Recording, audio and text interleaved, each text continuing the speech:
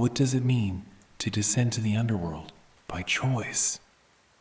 Hello. Good evening. Or maybe it's already late at night where you are.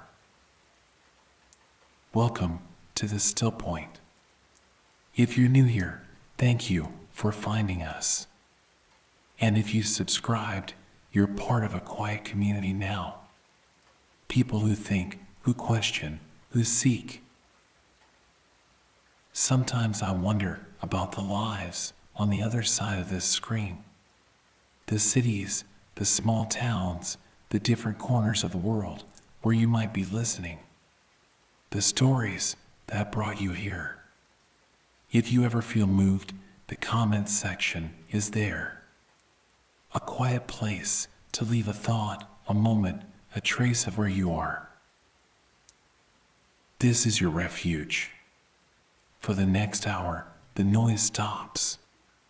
The scrolling ends. You don't have to do anything. Just be here. You're safe. Let's begin. In ancient Sumer, before the myths of Greece, before the stories we know as Western civilization, there was Inanna, the Queen of Heaven and Earth. She who stands at the eastern horizon as the morning star.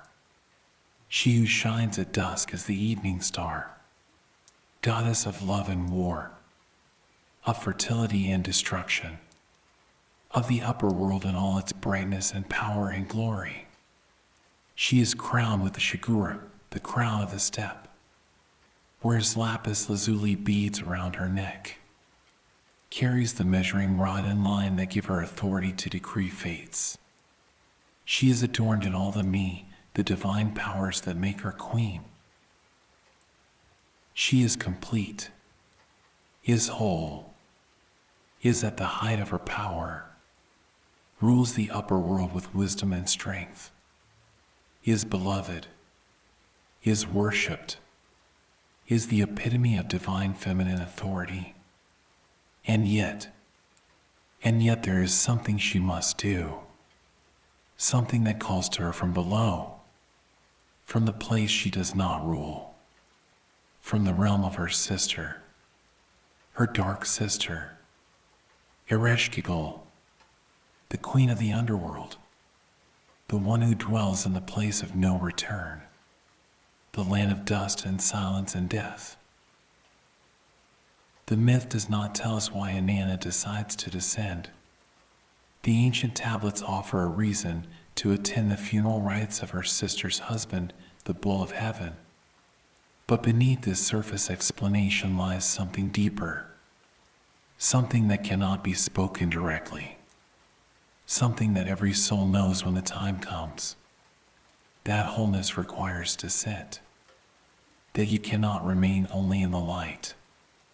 That the upper world, no matter how glorious, is not complete. That there is a dark sister waiting below.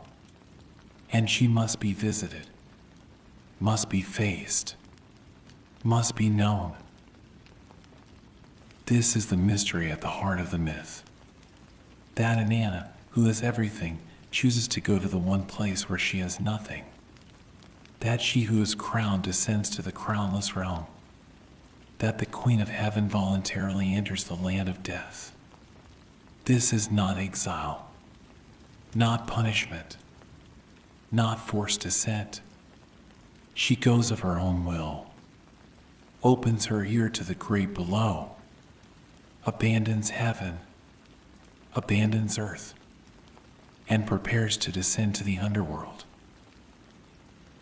But she is not foolish. She is a goddess, knows the dangers, knows that the underworld is ruled by laws different from those of the upper world, knows that her sister Ereshkigal is formidable, is unforgiving, rules a realm where divine power may not protect, where being Queen of Heaven means nothing to the Queen of the Great below. So Inanna prepares, gathers the seven divine powers that are her protection and her authority, each one a garment, each one a symbol, each one a piece of her identity as goddess. She places the shigura upon her head, the crown of the step, the mark of her queenship.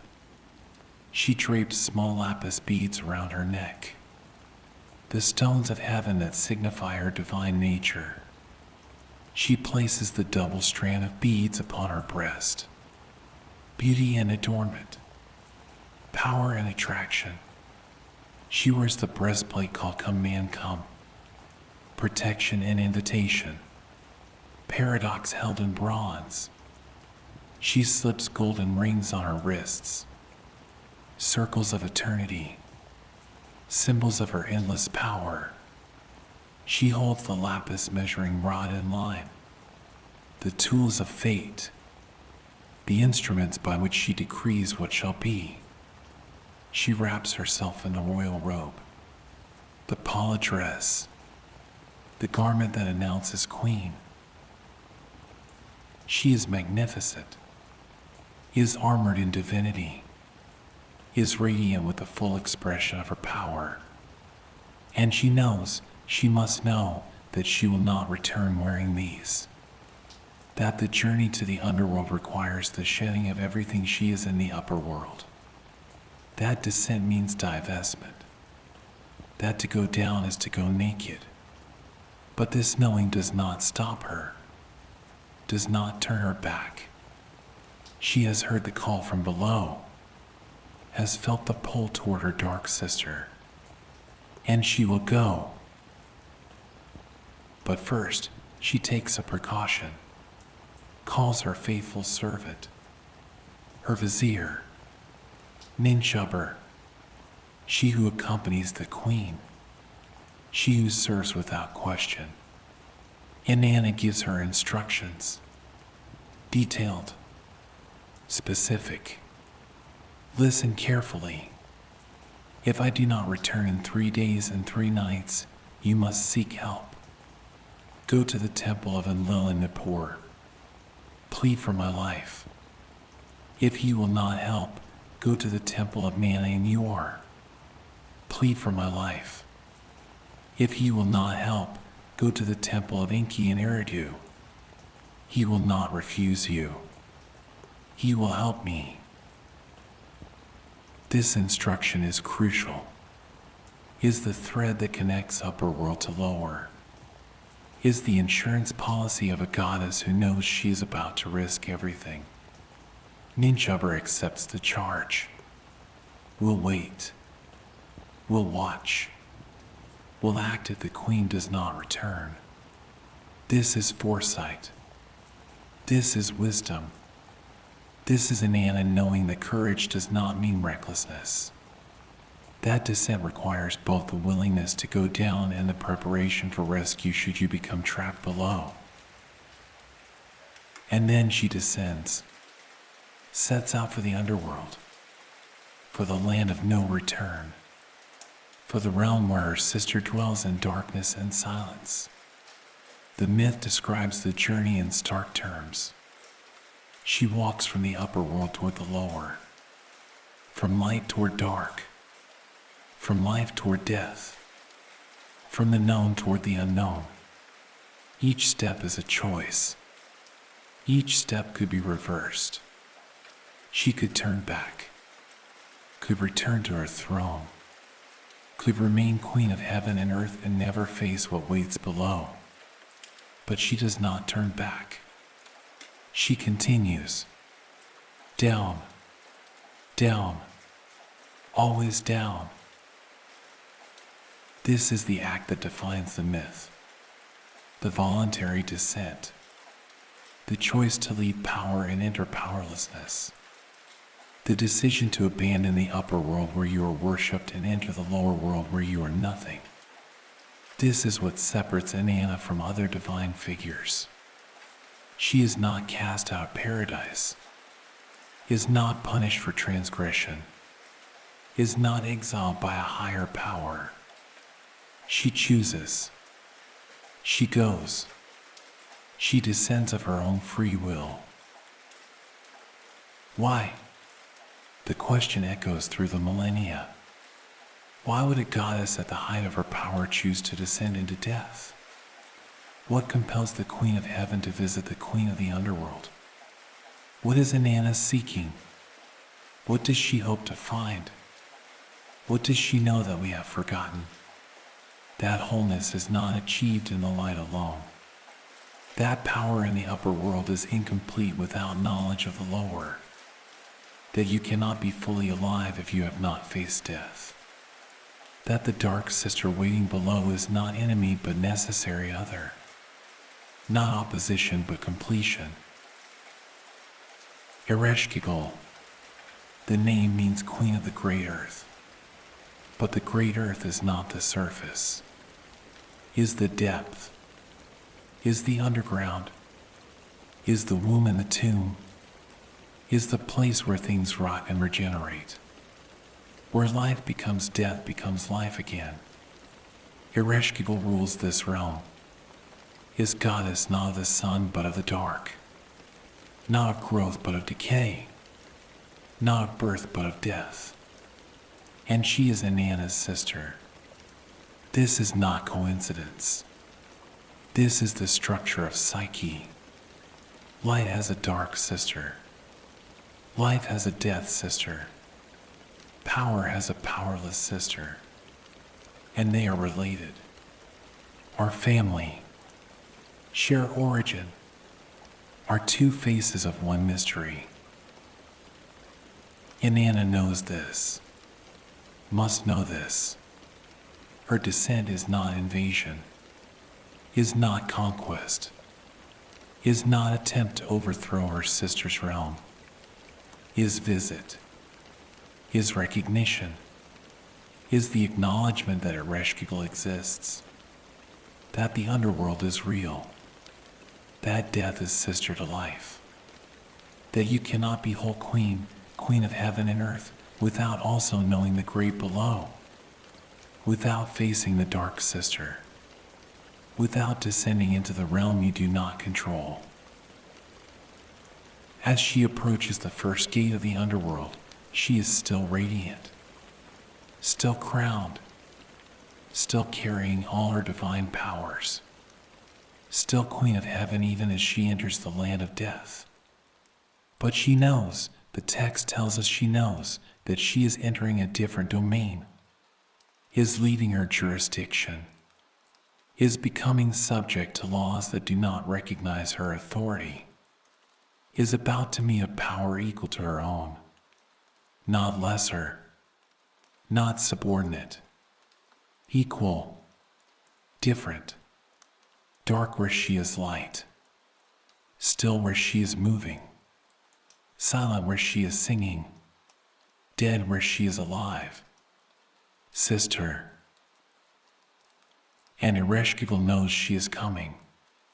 The gatekeeper Nenny hears Inanna's approach. Hears her pushing at the outer gate. Hears her demanding entry. He goes to his queen. Reports that Inanna, Queen of Heaven, is at the gates. Demands to enter. Demands to pass through to the throne room. To stand before Ereshkigal. Ereshkigal's response is immediate. His fury is the rage of one who has been abandoned in the dark while her sister reigned in light. She slaps her thigh, bites her lip, takes the matter into her heart. What she says next will determine everything.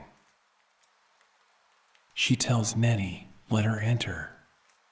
But according to the ancient rites, let her pass through the 7 gates of the underworld. But at each gate, remove something she wears. Let her learn that the underworld has its own laws.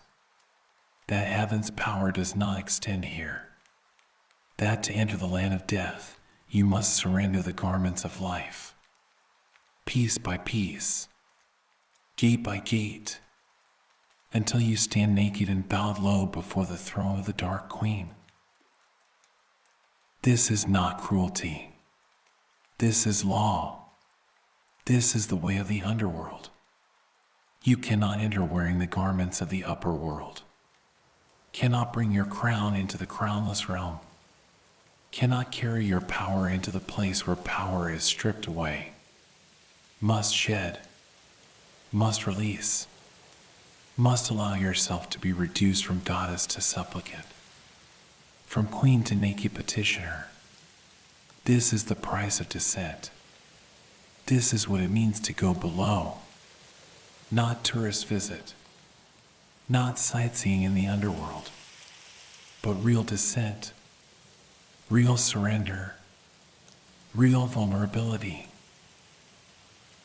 Inanna stands at the first gate, still magnificent, still crowned, still carrying all our me, still Queen of Heaven, but she is about to learn what every descending soul learns, that you cannot take your upper world identity into the lower world, that the journey down requires divestment, that to meet the dark sister, you must shed the bright garments, must become naked, must become nothing.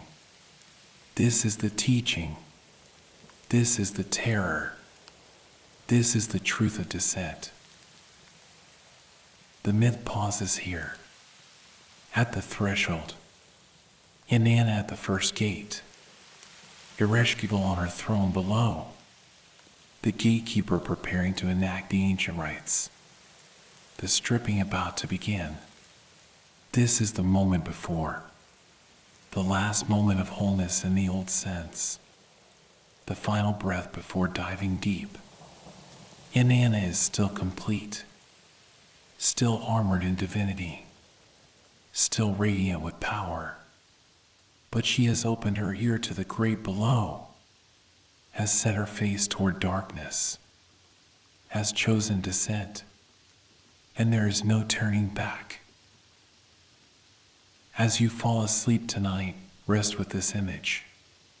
Inanna at the first gate, crowned and magnificent, about to enter the stripping process, about to learn what it means to descend.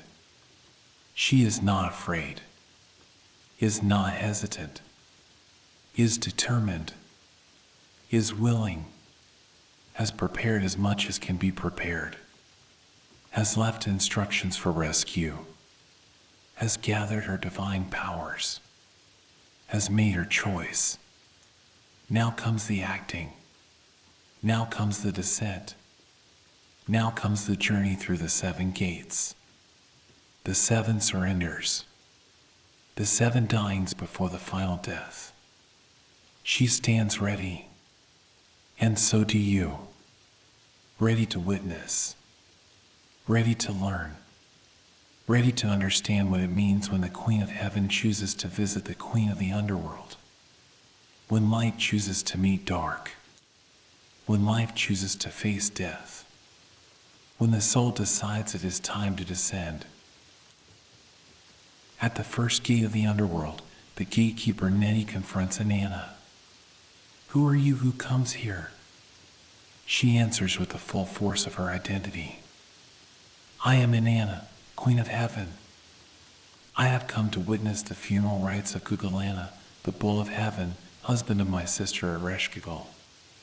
Nettie does not argue, does not challenge her right to enter, simply says, wait here.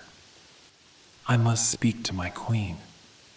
He closes the gate, returns to the darkness below, reports to Ereshkigal that her sister, the Queen of Heaven, stands at the outer gate demanding entry. Ereshkigal's fury is immediate, is ancient, is the rage of the forgotten sister, the abandoned one, the one left in darkness while Inanna reigned in light. She slaps her thigh, bites her lip.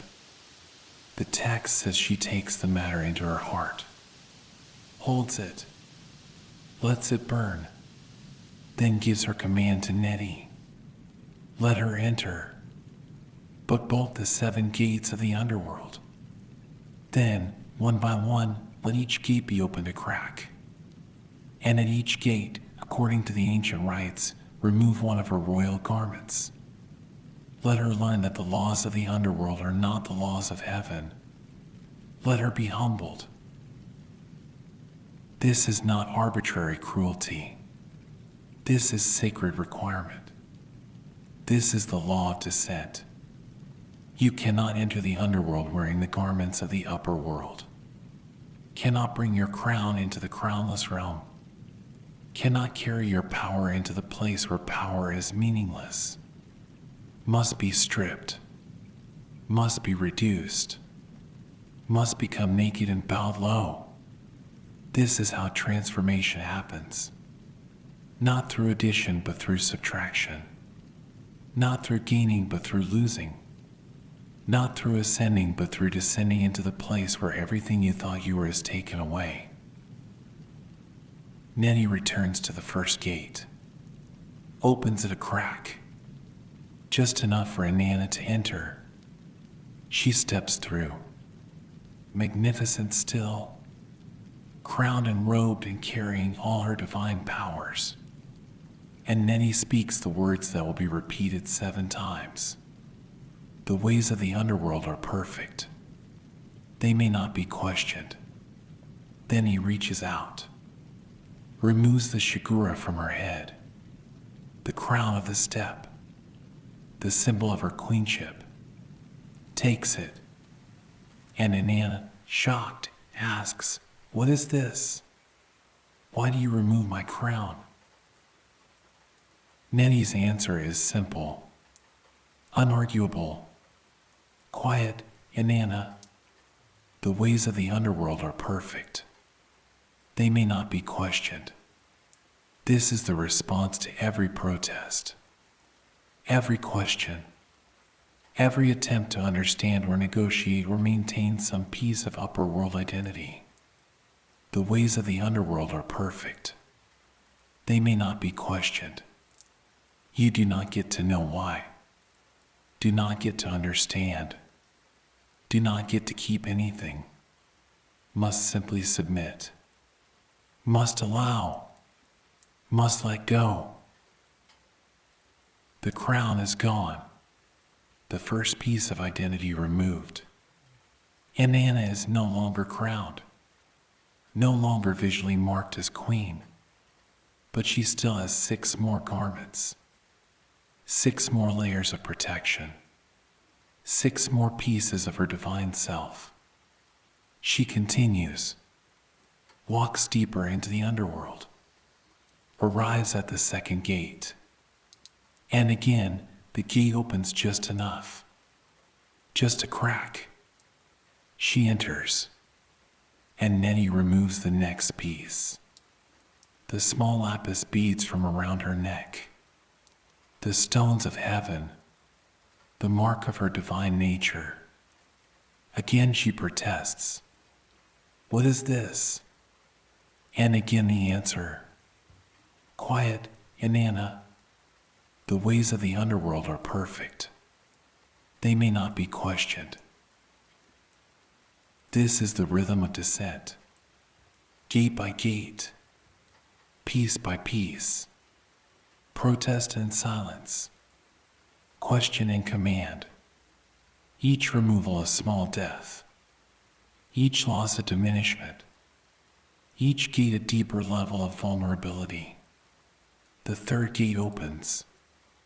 The double strand of beads is removed from her breast. Beauty and adornment gone. The fourth gate. The breastplate called Come Man Come is taken. Protection and paradox stripped away. The fifth gate. The golden rings removed from her wrists. Circles of eternity broken. Power made finite. The sixth gate.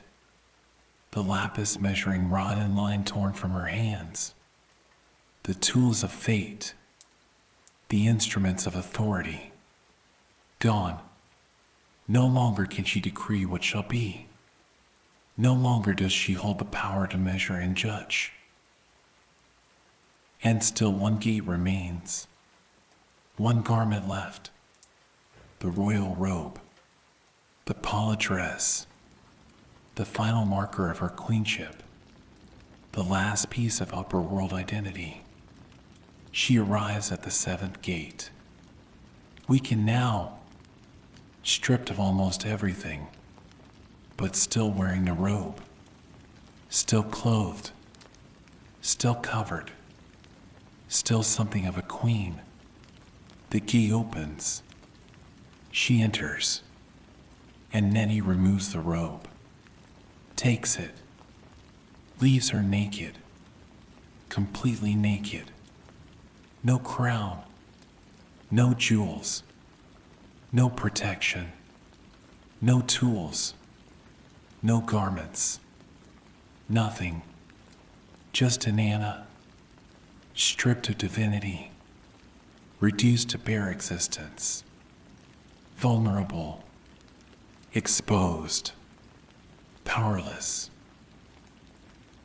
She asks one final time, "What is this?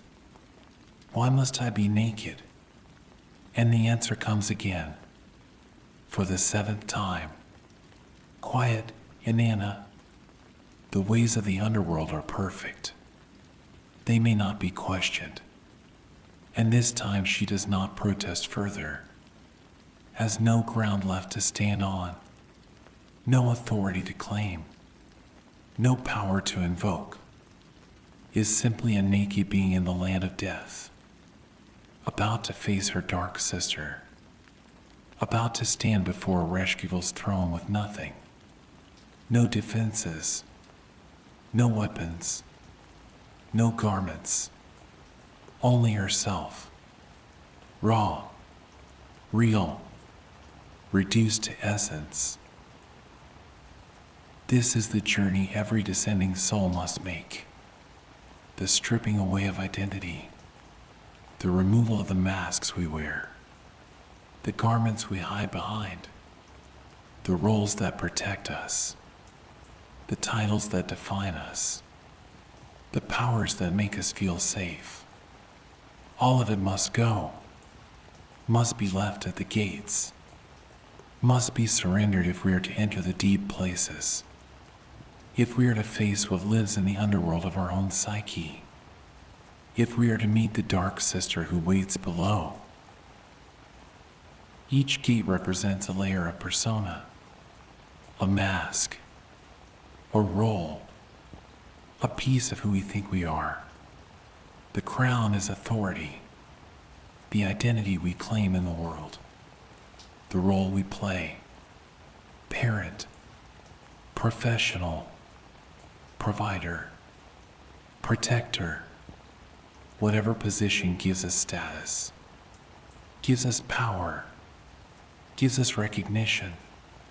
This must be removed first, must be set aside, because you cannot enter the underworld as queen, cannot bring your worldly power into the realm of psyche, must leave your crown at the first gate and enter as something less, something smaller, something more vulnerable.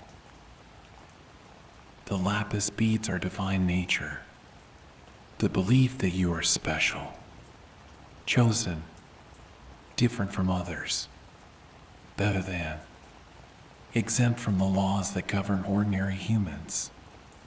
This too must go, must be stripped away, because the underworld does not recognize your specialness, does not care about your divine nature, treats all equally, reduces all to the same naked vulnerability. You are not exempt, are not protected by your spiritual identity, are subject to the same laws, the same stripping, the same descent. The double strand of beads is beauty, attraction, the power of appearance, the way you present yourself to the world, the carefully crafted image, the managed persona, the version of yourself you show others, polished, attractive, designed to please, to seduce, to maintain interest. This must be removed, must be left behind, Because the underworld sees through appearance, sees past the surface, cares nothing for how you look, only for what you are beneath the presentation. The breastplate is protection, the armor you wear, the defenses you have built, the walls that keep you safe from hurt, from criticism, from rejection, from pain. The underworld requires that you remove this protection, that you stand unoffended, that you allow yourself to be seen without the armor, to be touched without the shield, to be vulnerable without the protection you have relied upon. This is terrifying, is the removal of safety, but is necessary because you cannot transform while armored, cannot change while defended, cannot meet your shadow while protected from its touch. The golden rings are eternal power, the belief that you will always have strength, always have resources, always have the ability to act, to choose, to control, to make things happen. This too must go, must be surrendered, because the underworld teaches powerlessness, teaches that there are forces beyond your control, situations you cannot manage, realities you cannot change. The rings are removed, the power is taken, and you stand powerless, learning what it means to be without agency, without control, without the ability to make things go your way.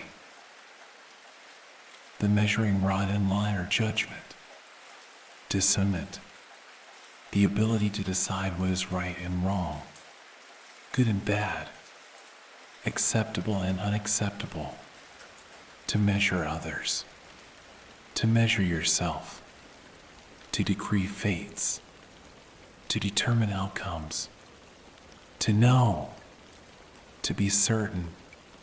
This must be relinquished, must be laid down, because the underworld is beyond judgment, is the place where all the categories break down, where good and evil intermingle, where clarity gives way to ambiguity, where you cannot measure because the old standards do not apply. You must let go of knowing, let go of being right, let go of certainty. The royal robe is identity itself, the final covering, the last piece of who you think you are, your story, your history, your understanding of yourself, all the narratives you have constructed, all the meanings you have made, all the ways you have defined yourself to yourself. I am this. I am that. I am not this. I am not that. All of it must be removed, must be stripped away, so that you stand naked, undefined, unknown, without story, without role, without the garments of identity, just bare existence, raw being, nothing and everything. This is what the 7 gates teach. That descent requires divestment, that you cannot go down while holding on, cannot enter the underworld while clutching your upper world identity. Must let go, gate by gate, piece by piece, until you have nothing left, until you are naked, until you are reduced to essence. And only then, only after the 7th gate, only after the final removal, can you proceed. Can you enter the throne room? Can you face Ereshkigal? Can you meet your dark sister eye to eye? Not as queen to queen, but as naked soul to enthroned shadow, as powerless one to powerful one, as stripped being to ruling darkness. The text does not tell us how Inanna feels during this process, does not record her inner experience, does not give us her thoughts or emotions as each piece is taken.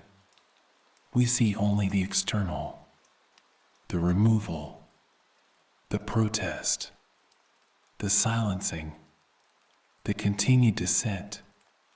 But we can imagine, can feel what it must be like to arrive as queen and be reduced to naked supplicant, to carry power and have it stripped away, to know who you are and have that knowing dismantled, gate by gate, question by question, answer by answer, until there is nothing left but the bare fact of your existence, and even that is about to be challenged. Because the 7 gates are not the end, are only preparation, are the process that makes possible what comes next. The confrontation with Ereshkigal, the facing of the dark sister, the encounter with the shadow self that rules the underworld. Inanna has been stripped so that she can stand before this power without pretense, without protection, without the ability to hide behind role or garment or divine status. She will face Ereshkigal as naked truth faces enthroned darkness, as powerless light faces powerful shadow, as the one who had everything faces the one who has nothing but her realm. This is preparation for death, for the death that is coming, because you cannot die while clothed in identity, cannot truly die while holding on to who you think you are.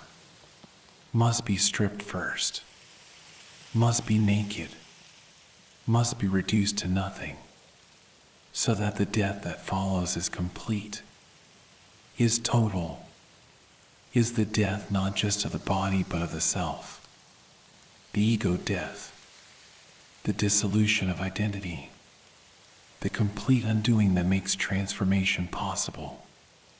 The 7 gates prepare Inanna for this. Remove everything that would prevent total death, total surrender, total loss. And in this, the myth speaks to us, speaks to the process we all must undergo, the stripping away that happens when we face our own darkness, our own shadow, our own underworld. We too must pass through gates, must allow the removal of our garments, must permit the dismantling of our identity, must become naked before we can transform. And we too will protest, will ask why, will want to know the reason, will seek to negotiate, to keep something, to maintain some piece of upper world power. And we too will be met with the same answer. The ways of the underworld are perfect. They may not be questioned. This is not cruel, is not punishment, is sacred law, is the requirement of transformation.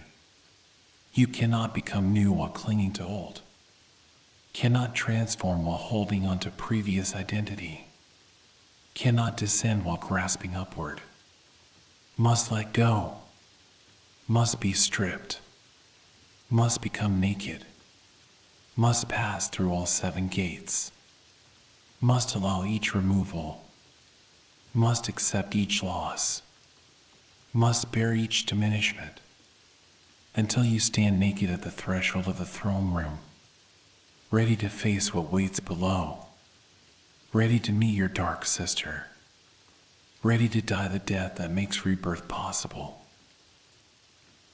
Rest now with Inanna at the 7th gate, naked, stripped of everything, about to enter the throne room, about to face Ereshkigal, about to learn what happens when light meets dark, when power meets power, when the upper world queen stands before the lower world queen with nothing, no crown, no protection, no defenses, only bare being, only naked truth, only the essence of self stripped of all accretions.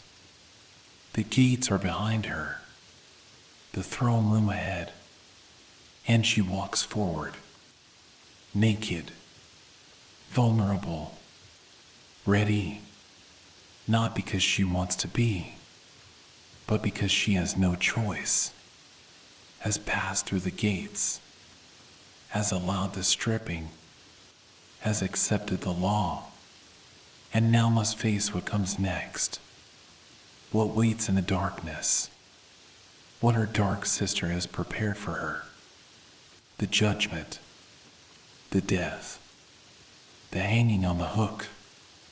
But that is the next part of the story. For now, rest at the seventh gate, stripped, naked, preparing, breathing, knowing that you cannot go back, can only go forward, into darkness, into death, into transformation. Naked, bowed low, Inanna enters the throne room of the Underworld, and there sits Ereshkigal, her sister, her dark sister, the queen of the great below, the one who rules death while Inanna ruled life, the one who dwells in darkness while Inanna shone in light, the one who was forgotten while Inanna was worshipped, the one who suffers while Inanna rejoiced. Sister, shadow, mirror, other, they face each other across the throne room. Light and dark, life and death, above and below, everything and nothing. The ancient tablets do not give us Ereshkigal's words at this moment, do not record what she says to her naked sister standing before her throne. We know only what she does. And what she does is immediate, is final, is the act that defines this myth and separates it from all others. She fixes Inanna with the eye of death, speaks a word of wrath, utters a cry of guilt, strikes Inanna, and Inanna dies, right there, in the throne room, before her sister's eyes. The Queen of Heaven becomes a corpse, becomes dead meat, becomes a rotting thing hung on a hook. The text is specific, disturbingly specific. Inanna's corpse is turned into a piece of rotting meat, is hung on a hook, a meat hook, like an animal carcass in a slaughterhouse. This is not gentle death, not peaceful passing, not dignified end. This is brutal, is violent, is the complete degradation of what was once divine. The goddess who stood at the eastern horizon as the morning star, who ruled heaven and earth, who wore the crown and carried the measuring rod, now hangs on a hook, rotting, lifeless, meat. And there she stays, 3 days and 3 nights. The tablets are clear. 3 days and 3 nights the corpse of Inanna hangs in the underworld. No burial, no funeral rites, no honor, just a piece of dead flesh on a hook in the darkness. And Ereshkigal sits on her throne, does not remove the corpse, does not grant it dignity, does not perform the rituals, simply lets it hang, lets it rot, lets it be completely and utterly dead. This is the heart of the myth, the moment that must not be avoided or softened or explained away. Inanna dies, completely, totally, is reduced from goddess to meat, from queen to corpse, from living being to dead thing. There is no partial death here, No symbolic passing, no metaphorical transformation. She is killed, is dead, hangs rotting on a hook. And this death is necessary, is required, is the point of the entire descent. She did not come to the underworld to visit, to learn, to gain wisdom and return unchanged. She came to die, had to die, could not transform without dying. But why? Why must the goddess die? Why is death necessary? Why cannot transformation happen through other means? The myth insists on this. Insists that you cannot become whole without dying, cannot integrate the shadow without submitting to its power, cannot know the underworld without becoming subject to its laws. Inanna came as queen, came with power, came expecting perhaps to negotiate, to make an agreement, to maintain some dignity, some authority. But Ereshkigal will not negotiate, will not make deals, will not allow Inanna to remain anything other than completely dead. This is what the shadow does, what the dark sister does. She does not compromise, does not meet you halfway, does not let you keep anything from the upper world, demands total submission, complete surrender, absolute death. You cannot bargain with Ereshkigal, cannot reason with her, cannot appeal to her mercy or her sisterhood or her shared divinity. She is the queen of death, and in her realm everyone dies, even goddesses, especially goddesses who come crowned and thinking they are exempt from the laws that govern her kingdom. The 7 judges of the underworld are there. The Inanna, ancient beings, older than Inanna, older than Ereshkigal, the ones who uphold the laws of death. They surround Inanna's corpse, pass judgment, declare the sentence: death, death, death, 7 times death. And no appeal, no mercy, no exception. The laws of the underworld are perfect. They may not be questioned. What descends must die. What enters must be reduced. What comes crowned must hang naked on a hook. And above, in the upper world, Ninshubber waits. Faithful Ninshubber, she who serves, she who was given instructions. 3 days and 3 nights pass, and Inanna does not return.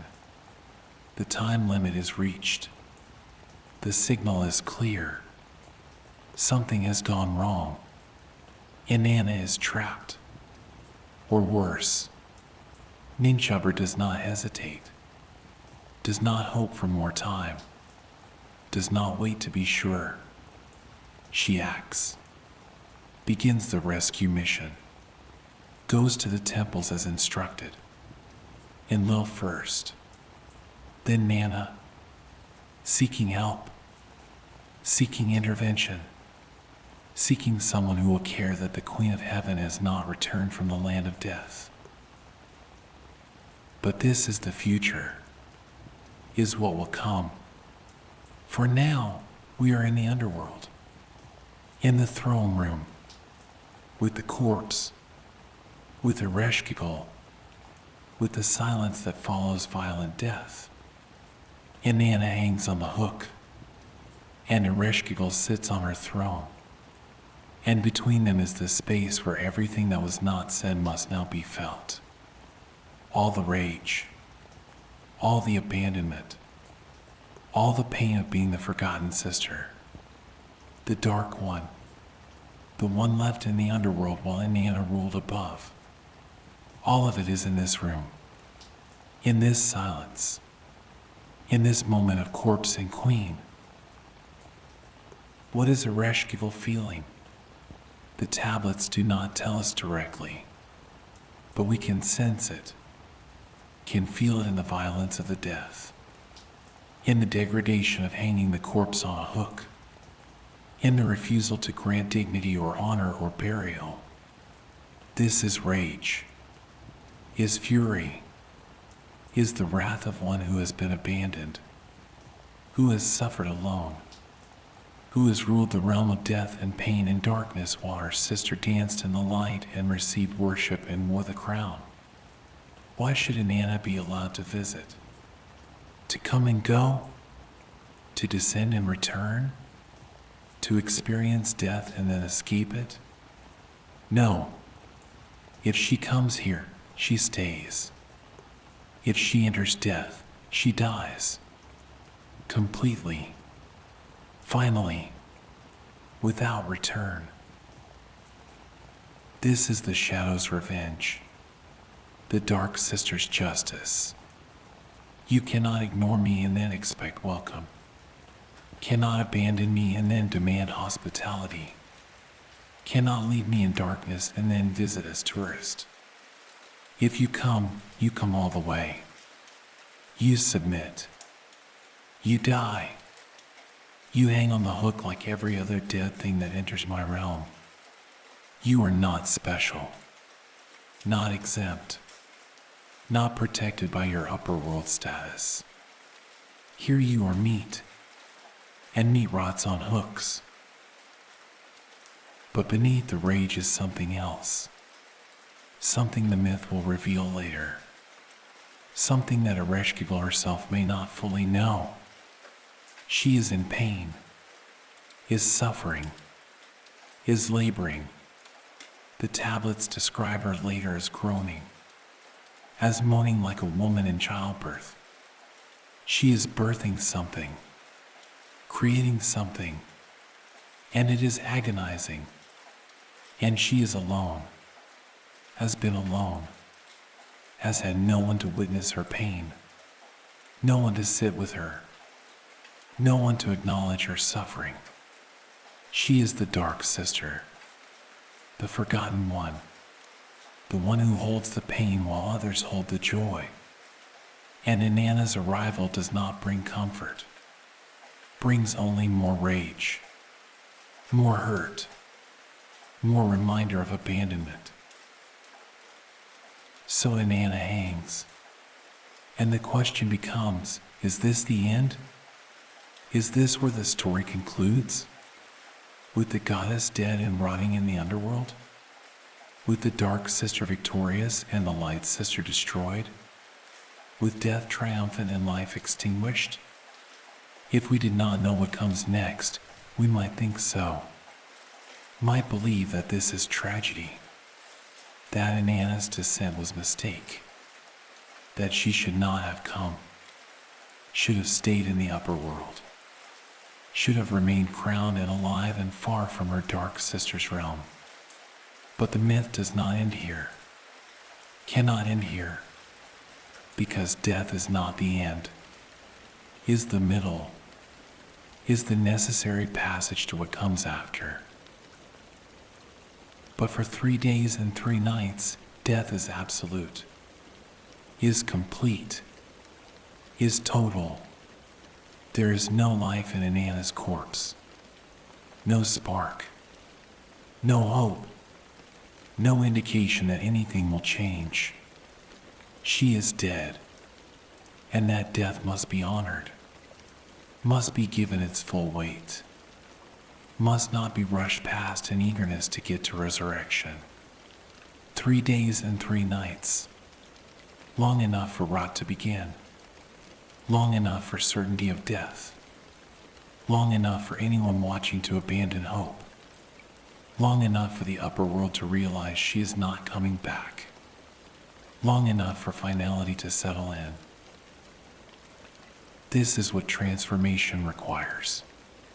Not quick death and quick resurrection, but real death, sustained death, death that lasts long enough to be undeniable, long enough to destroy every hope of return, long enough to make the old life impossible. You cannot transform while holding on to the possibility of going back, while maintaining connection to who you were, while keeping one foot in the old life. Must die completely, must hang on the hook completely, must rot completely. 3 days and 3 nights, no less, perhaps more, but not less. In psychological terms, this is ego death, is the complete dissolution of the self you thought you were, the identity you built, the persona you maintained, the story you told yourself about who you are. All of it must die, must be hung on a hook, must rot, and you must stay dead long enough for the death to be real, long enough for every cell to know that the old self is gone, that there is no going back. That resurrection, if it comes, will be of something new, someone new, not the restoration of what was, but the creation of what has never been. Inanna's corpse teaches us about the darkness we must enter, the death we must die, the complete surrender that is required. You cannot descend partway, cannot die a little bit, cannot hang on the hook symbolically, must go all the way, must die completely, must allow the degradation, must submit to the sister's rage, must accept the judgment of the Inanna, must hang for 3 days and 3 nights without hope of rescue, without certainty of return, without knowing if resurrection is even possible. This is faith, not faith that you will be saved, but faith that death is necessary, that the descent is right, that the dark sister must be faced, that the hook is where you need to be, even if you hang there forever. And Ereshkigal, we cannot forget Ereshkigal, cannot make her simply the villain, the obstacle, the enemy. She is sister, is shadow, is the part of the self that has been exiled to darkness, that has been given the task of ruling pain and death and suffering while the conscious self enjoys light and life and joy. She is not evil, is not wrong to be angry, is not unjustified in her rage. She has been abandoned, has been left alone, has been forced to carry what the light self would not carry. And when that light self shows up at her door, she strikes, kills, hangs on a hook. And this is her right, her justice, her claim to be seen, to be acknowledged, to have her pain recognized. The myth will show us later what Ereshkigal needs, what will soften her rage, what will make resurrection possible. But for now, we are in the death, in the hanging, in the 3 days and 3 nights of corpse and queen, of rot and rage, of silence and suffering. And this too is necessary, is part of the journey, is what must happen before anything else can happen. Inanna must be completely dead. Ereshkigal must have her moment of triumph. The shadow must be allowed to express its full power. The dark sister must be permitted to rule. Absolutely. Without compromise. Without mercy. Because this is her realm. And here she is queen. Rest now in the underworld. Rest with the corpse on the hook. Rest with Ereshkigal on her throne.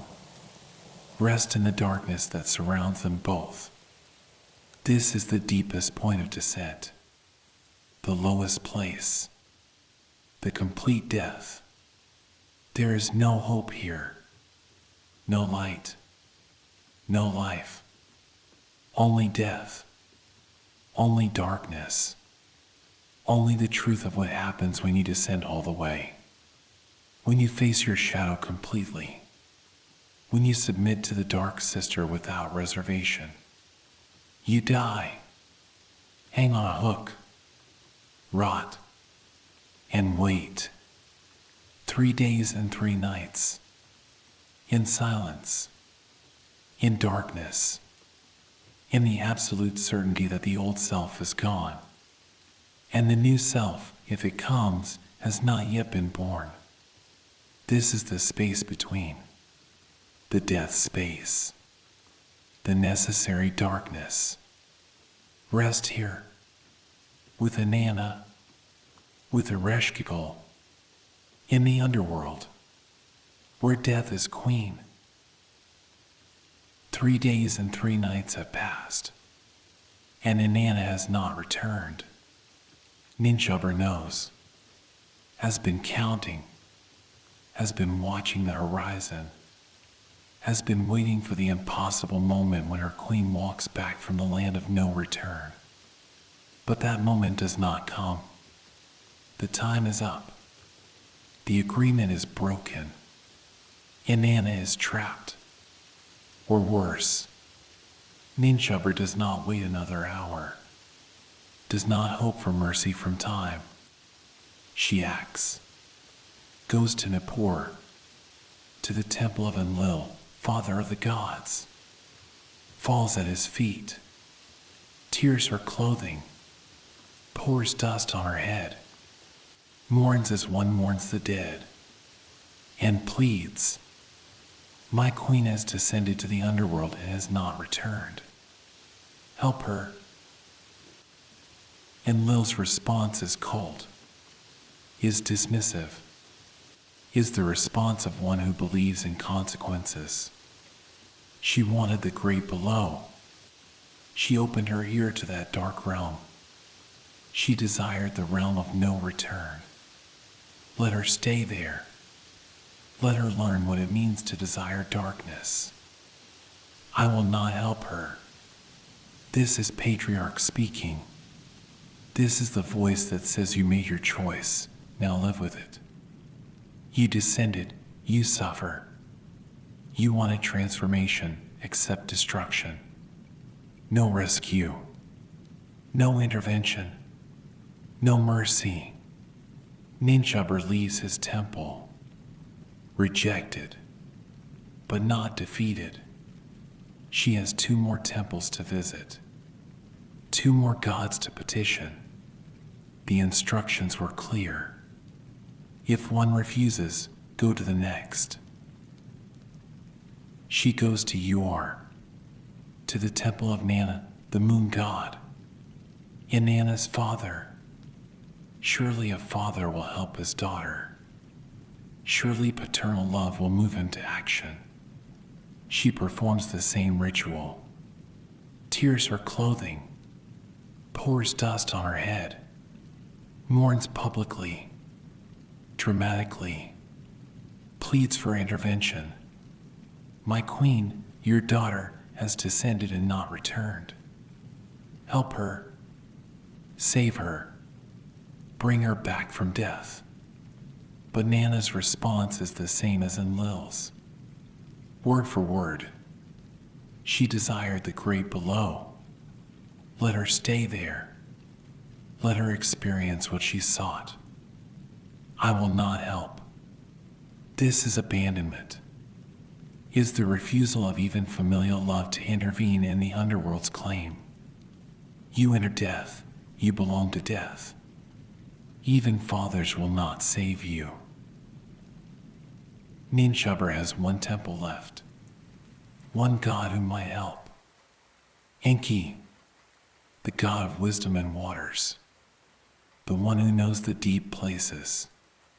Who understands the mysteries. Who does not refuse the underworld but comprehends it. She goes to Eridu, to his temple, performs the morning rites, makes the plea, and Enki does not refuse. does not dismiss, does not say she made her choice. Instead, he furrows his brow, takes dirt from beneath his fingernail, creates two beings, tiny beings, neither male nor female, creatures of the in-between. He names them Gregara and Galater, and he gives them instructions, detailed, specific, crucial. Go to the underworld. Enter as flies through the cracks in the gates. You are small. You are nothing. You will not be stopped. Find the throne room. You will see Ereshkigal there, groaning, moaning, suffering like a woman in labor. She is in pain. Listen to her. Whatever she says about her suffering, mirror it back to her. If she says, "Oh, my inside," you say, "Oh, you're inside." If she says, "Oh, my outside," you say, "Oh, you're outside." Match her groans. Echo her pain. Be with her in her suffering. Do not try to fix it. Do not try to save her. Simply witness. Simply mirror. Simply be present to her pain. And when she asks what you want as reward for this witnessing, ask for the corpse on the hook. She will give it to you. Sprinkle it with the food of life and the water of life that I give you now, and Inanna will rise. This is the plan. This is the rescue. Not force. Not conquest. Not overpowering the queen of the underworld, but witnessing, mirroring, being present to her pain. This is what will move Ereshkigal. This is what will open her heart. This is what will make her willing to release the corpse. Not arguments, not demands, not appeals to justice or mercy or sisterhood, but simple presence, simple witnessing, simple acknowledgement of her suffering. The Gregara and Galater take the food and water of life, descend to the underworld, enter as flies, tiny, unnoticed, slipping through cracks too small for guards to protect. They make their way to the throne room, and there they see what Inky knew they would see. Ereshkigal alone, in pain, groaning. The tablets describe her vividly. She is moaning like a woman giving birth. Her heart is seized with pain. Her liver is seized with pain. Her inside is seized. Her outside is seized. She is suffering deeply, completely, and she is alone, has been alone, has suffered this pain in isolation while her sister ruled in light and joy. The mourners do not announce themselves, do not draw attention, simply begin to echo. Ereshkigal moans, "Oh, my inside," and they respond, "Oh, you're inside." She groans, "Oh, my outside." They echo, "Oh, you're outside." She cries, "Oh, my heart." They mirror, "Oh, your heart." She weeps, "Oh, my liver." They reflect, "Oh, your liver." Over and over, each expression of pain met with acknowledgement, each groan witnessed, each cry echoed back, not fixing, not soothing, not trying to make the pain go away, simply being with, simply saying, "I hear you. I see you. Your pain is real." And something shifts in Ereshkigal. Something softens. For the first time, perhaps ever, someone is present to her suffering without trying to change it, without judging it, without telling her it should not be. without abandoning her because pain is uncomfortable to witness. These small beings simply stay, simply mirror, simply be with her in the darkness. And this witnessing does what force could never do. Opens her, moves her, makes her willing to give. She speaks to them. You have eased my pain. You have witnessed my suffering. I will give you a gift. Ask for whatever you want. The rivers of water, they are yours. The fields of grain, they are yours. Whatever you desire, I will grant. This is Ereshkigal's generosity emerging, her willingness to give when she has been seen, when her pain has been acknowledged, when someone has stayed with her in the suffering instead of running from it. She is ready to be generous, ready to release what she has held, ready to let go. But the mourners do not ask for rivers or grain, do not ask for wealth or power or territory. They point to the hook, ask for the corpse, the piece of rotting meat hanging there. Give us that. And Ereshkigal agrees, does not hesitate, does not refuse, does not demand to know why they want dead flesh instead of living gifts. Simply gives it, allows them to take down the corpse, to hold Inanna's dead body, to perform the resurrection that Enki knew would be possible once Ereshkigal's heart was opened through witnessing. They take the corpse down from the hook, lay it out, sprinkle it with the food of life, sprinkle it with the water of life. Once, twice, 60 times the text says. Again and again, life poured onto death, nourishment offered to what cannot eat, water given to what cannot drink. And slowly, impossibly, miraculously, the corpse begins to change. Flesh that was rotting becomes whole. Skin that was gray becomes warm. Eyes that were dead begin to see. Breath that had ceased begins to flow.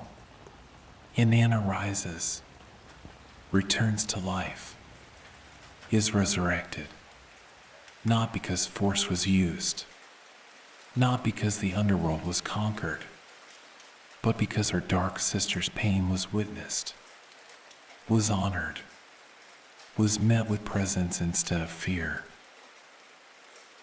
This is the heart of the teaching. That resurrection requires mourning. That life returns through witnessing death. That the shadow releases what it holds when it is seen, when its pain is acknowledged, when someone stays present to its suffering without trying to fix or change or escape.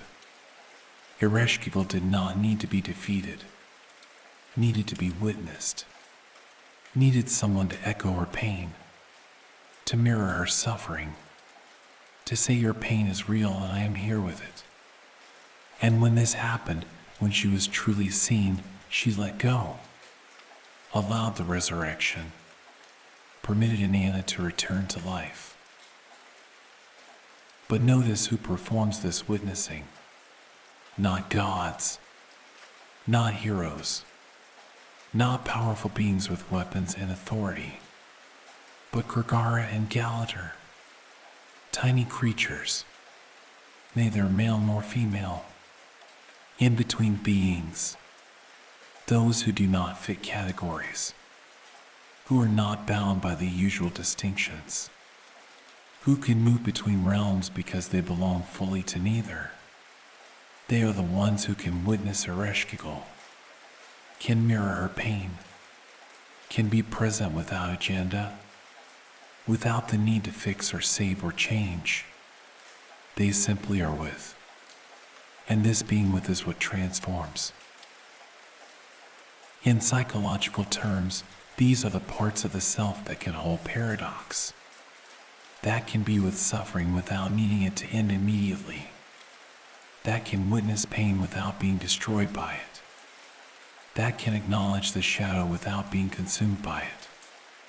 They are small, are nothing, have no power in the usual sense, but they have the power of presence, of witnessing, of mirroring, and this power is greater than force, greater than authority, greater than the ability to command or control, because it is the power that allows transformation, that makes space for change, that holds the suffering long enough for something new to emerge. And Ereshkigal, we must understand what happens to her. She does not disappear, does not cease to be queen of the underworld, does not abandon her throne or her realm. She remains, still in pain, still in darkness, still the keeper of death. But something has shifted. She has been seen, has been witnessed, has had her suffering acknowledged. And this acknowledgement allows her to release, to give, to permit resurrection, not because she is defeated, but because she is honored, not because she is weak, but because she is finally recognized, finally given what she most needed: presence, witnessing, the simple gift of being seen. This changes everything about how we understand shadow work, how we approach the dark parts of ourselves, the painful places, the wounded aspects that we have exiled to the underworld of the psyche. We cannot force them to release what they hold, cannot demand that they stop suffering, cannot command them to give back what they have taken, can only witness, can only mirror, can only be present to the pain, can only say, "Oh, you're inside. Oh, you're outside. Oh, you're suffering. I see it. I acknowledge it. I am here with it." And when this witnessing is genuine, when it is sustained, when it does not turn away or try to fix, something miraculous happens. The shadow softens, opens, releases, allows what was dead to return to life. Inanna rises from death, but she is not the same, cannot be the same, has been dead, has rotted on a hook, has experienced the complete dissolution of self, has faced her dark sister, has been subject to the laws of the underworld. She returns to life changed. The text does not yet tell us how, does not describe her new state, but we know she is different, must be different. Death changes those who truly die. Resurrection creates something new, not restoration of something old. The Inanna who rises is not the Inanna who descended, is someone who has been through death and come out the other side. Someone who knows the underworld from the inside. Someone who has faced Ereshkigal and survived. And now comes the question of return. Inanna is alive again, but she is in the underworld, must find her way back to the upper world, must reverse the descent, must pass back through the 7 gates. And the underworld has a law about this. A law that will become crucial. A law that cannot be broken. No one ascends from the underworld unmarked. No one returns from death without change. No one leaves the great below without leaving something behind. The text will reveal what this means. What price must be paid. What substitute must be found. But for now, Inanna is alive, is standing, is preparing to ascend. The mourners have completed their task, have witnessed Ereshkigal, have taken down the corpse, have sprinkled the food and water of life, have brought Inanna back from death. They are small beings, are nothing, but they have changed everything, have made resurrection possible, have opened the way for return, not through force but through presence, not through power but through witnessing. This is their gift, their function, their sacred role, to be with suffering until it transforms, to mirror pain until it releases, to witness death until life emerges. They ask for nothing more, seek no reward beyond the one they have already received, the honor of being present, of witnessing, of participating in the miracle of resurrection through the simple act of being with what is. Rest now with this teaching. Rest knowing that your pain needs witnessing, not fixing. That your shadow needs presence, not conquest. That your underworld needs someone to say, oh, you're inside, oh, you're outside, oh, you're suffering, I am here. Not to take it away, not to make it better, not to rescue you from it, but to be with you in it, to mirror it, to acknowledge it, to let it know it is real and seen and honored. This is what transforms. This is what allows resurrection. This is what makes the shadow willing to release what it holds. Not force, not power, not command, but simple, sustained, genuine presence. The mourners teach this, model this.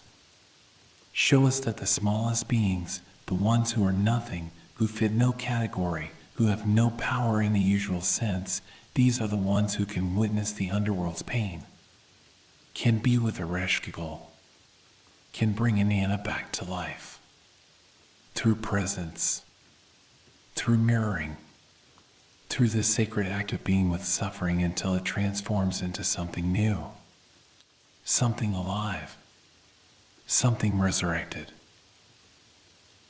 Inanna rises, is alive, has been resurrected from death, but she is not free.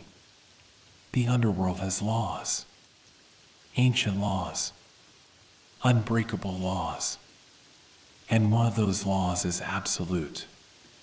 No one ascends from the underworld unmarked. No one returns from the land of no return without leaving something behind. A substitute must be found. Someone must take her place, must go down to the darkness she is leaving, must hang on the hook she has been removed from. This is the price of resurrection. This is the cost of return. Not her death, but another's. Not her suffering, but a substitute's. The law is clear. Inanna cannot leave the underworld empty-handed. Must bring a replacement. Must send someone down to take her place in death. Demons accompany her. The Gala, beings of the underworld. Not evil, but implacable. They have one task: to ensure the law is followed, to make certain that a substitute is found, to see that someone goes down when Inanna goes up. They surround her as she begins her ascent, are with her at every gate. When she passes back through the 7 gates, she does not receive her garments back.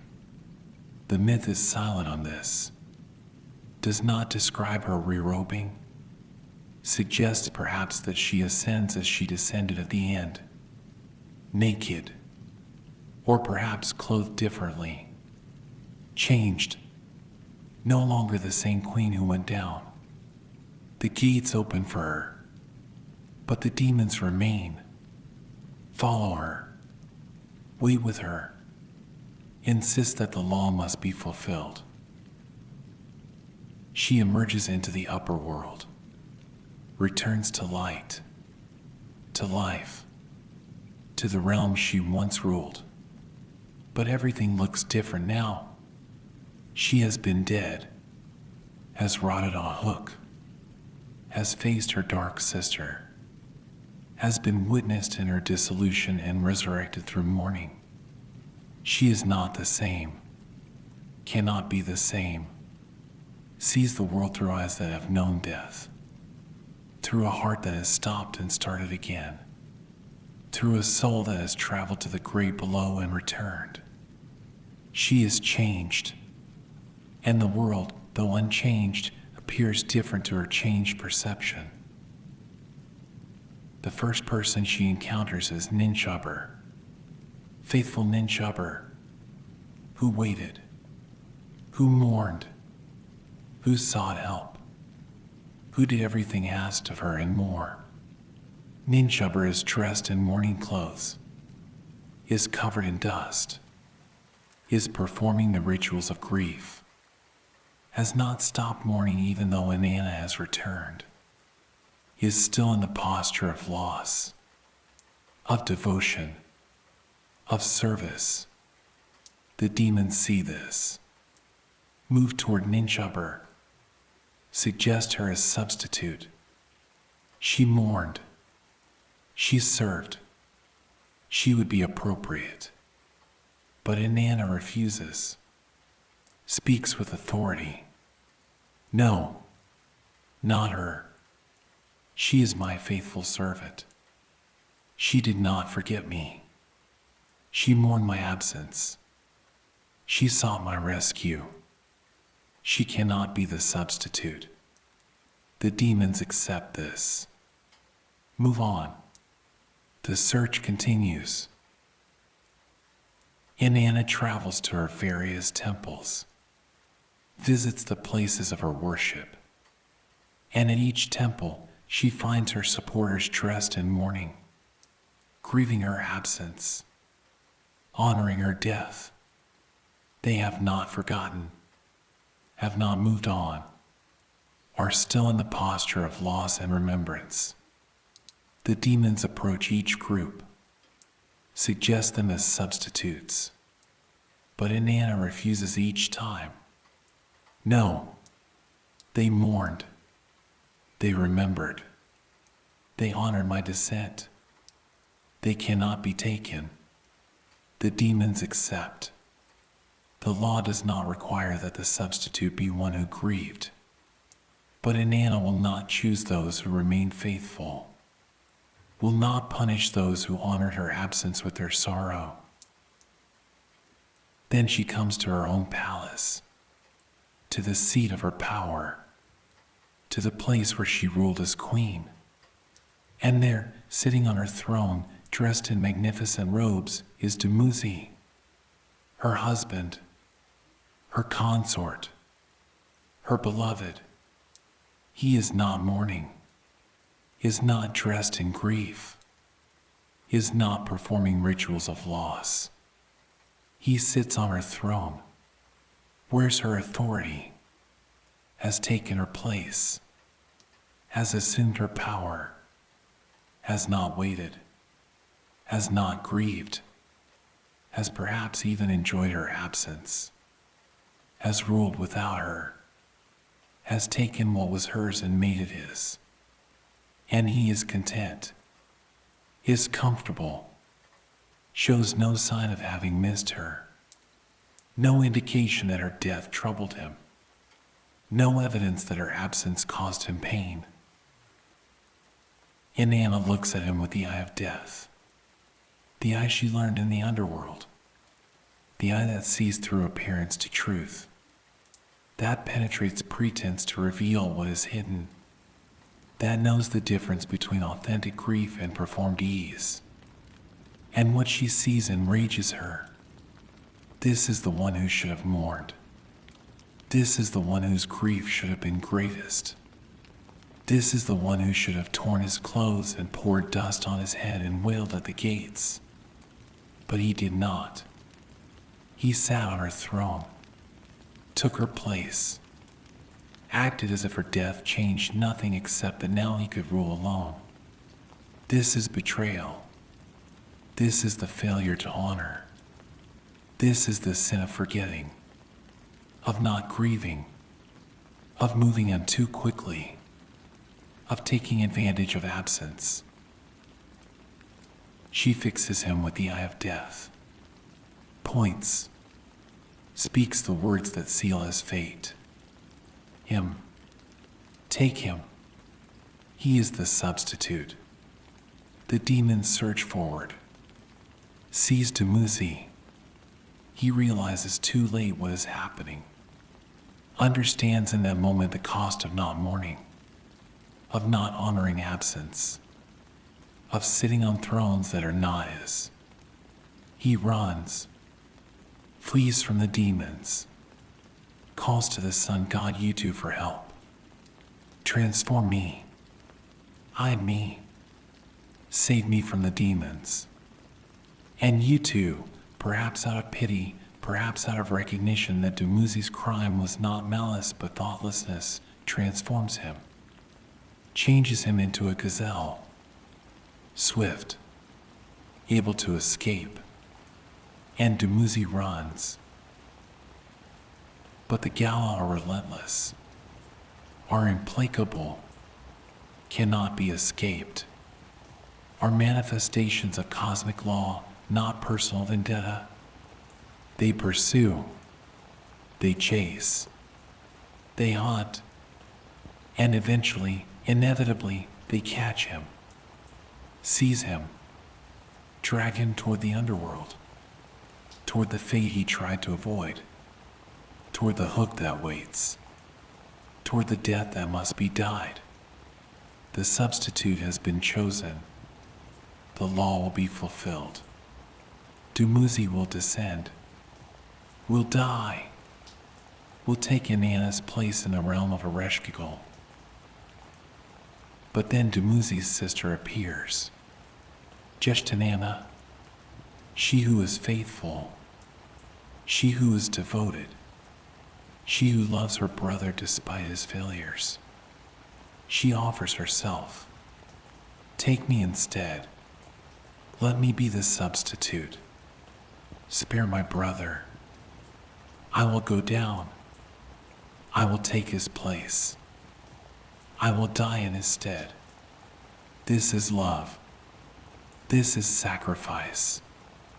This is the willingness to descend for another, to take on another's death, to substitute yourself for the one you love. The demons consider. The law does not specify which substitute, only that someone must go down. Inanna is willing, is offering herself freely. This satisfies the requirement. But neither Dumuzi nor Inanna fully descends. Neither dies permanently. Instead, a compromise is reached, an arrangement that honors both the law and the love. Dumuzi will spend half the year in the underworld, 6 months in darkness, 6 months hanging on the hook, 6 months dead, and Inanna will spend the other half, 6 months in darkness for her, 6 months in life for him. They will alternate, share the burden, divide the death between them. This is the resolution. This is how the law is satisfied and love is honored. Not by avoiding death, but by sharing it. Not by escaping the underworld, but by taking turns there. Not by defeating darkness, but by incorporating it into the rhythm of existence. And this alternation creates the seasons. When Dumuzi descends, the earth mourns. Vegetation withers. The land becomes barren. Winter comes.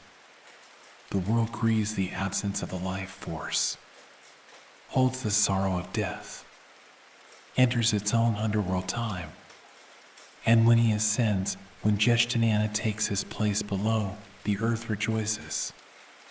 Vegetation returns. The land becomes fertile. Spring comes. The world celebrates the return of life, holds the joy of resurrection, enters its own upper world time. The myth explains the cycle, the eternal rhythm, the movement from life to death to life again, not as linear progression, but as eternal return, not as problem to be solved, but as pattern to be lived. Inanna returns to her throne, reclaims her queenship, but she is different now, is a goddess who has died and returned, who has faced her dark sister, who has been naked and powerless and hung on a hook, who has been witnessed in her pain and resurrected through mourning, who has required a substitute and chosen one who failed to grieve. She rules now with knowledge of both realms, upper and lower, light and dark, life and death. She is no longer only the Queen of Heaven, is also one who knows the underworld, who has been subject to its laws, who has died its death and returned its changed. This is integration. This is wholeness. Not the wholeness of never having descended, not the completeness of remaining always in light, but the integration that comes from having been to both places, having ruled above and died below, having been crowned and stripped naked, having been worshipped and reduced to rotting meat, having been goddess and corpse and goddess again. This integration makes her more complete, not less. More whole, not more broken. More alive, not more damaged. Because she now contains both. Holds light and dark. Knows life and death. Rules with the authority of one who has submitted.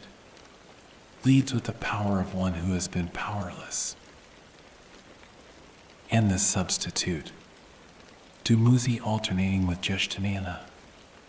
Half the year in darkness, half in light. This is the rhythm of transformation, the pattern of descent and return. You cannot stay always in the upper world, cannot remain permanently in light, must descend, must die, must spend time in the darkness. But neither must you remain always below, neither must you stay permanently in death. Must ascend, must resurrect, must return to light. The rhythm is the teaching, the alternation is the wisdom. Not permanent ascent, not permanent descent, but movement, cycling, the eternal return of death and life, darkness and light, descent and ascent. This is what the myth teaches. That transformation requires descent.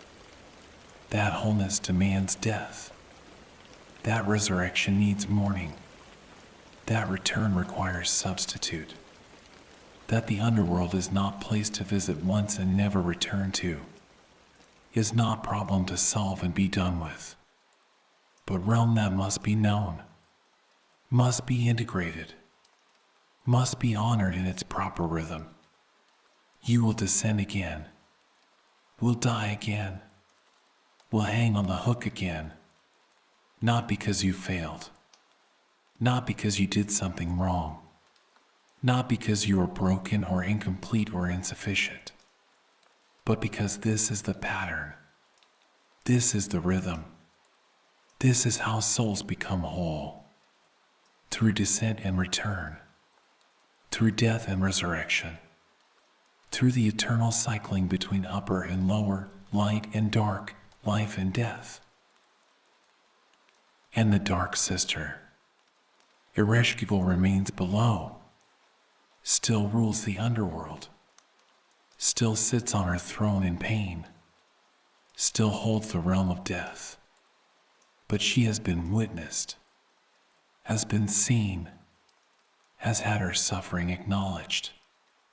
And this changes something, makes her willing to release, to allow resurrection, to participate in the cycle rather than holding everything in permanent death. She is not defeated, is not overcome, is not made subordinate, but is honored, is recognized, is given what she needed: presence, witnessing, the acknowledgement of her pain. And this acknowledgement allows movement, allows return, allows the rhythm to continue. So the myth ends not with permanent triumph, but with established rhythm. Not with death defeated, but with death incorporated. Not with the underworld overcome, but with the underworld known and honored and visited in proper season. Inanna rules. Dumuzi and Inanna alternate. Ereshkigal holds her throne. The seasons turn. Life and death cycle. Upper and lower world maintain their relationship. Not through conquest, but through rhythm. Not through victory, but through alternation. Not through escaping the pattern, but through living it. Consciously, willingly, with full knowledge of both poles and the necessity of experiencing each. Rest now with this complete teaching. Rest knowing that you are Inanna, have descended and will descend again, have died and will die again, have been resurrected and will be resurrected again.